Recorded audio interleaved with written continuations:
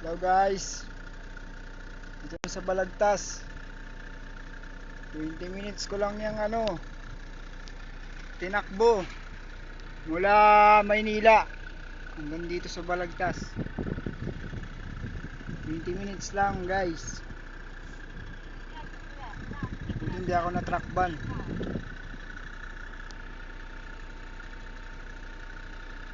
Thank you. Hello guys, dito na sa Balagtas. 20 minutes ko lang yung tinakbo mula Maynila hanggang dito sa Balagtas. 20 minutes lang guys. Buti hindi ako na truck ban.